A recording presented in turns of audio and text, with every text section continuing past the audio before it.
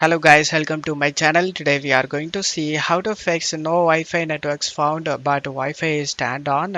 Let's fix it guys. Method one, just need to go to search menu and type device manager, click on open it.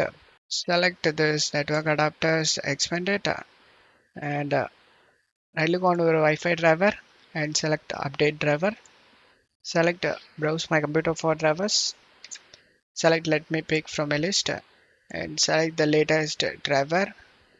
As you can see, this is my latest driver. Select next option. Getting update done, just to close stuff here and check if the problem solved or not. If not, method 2, you just need to right click on the Wi-Fi driver and select uninstall device option. Don't check mark this attempt to remove the driver for this device guys. Select the uninstall option after uninstalling this device.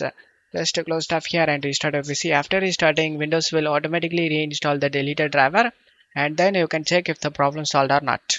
If not, method 3, you just need to open up Chrome and search driver booster and press enter. Select the first site.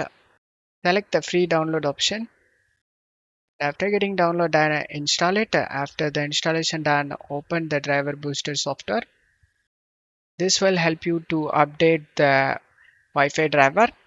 Select the scan option. This is totally free to use software guys. I already updated lots of drivers under here.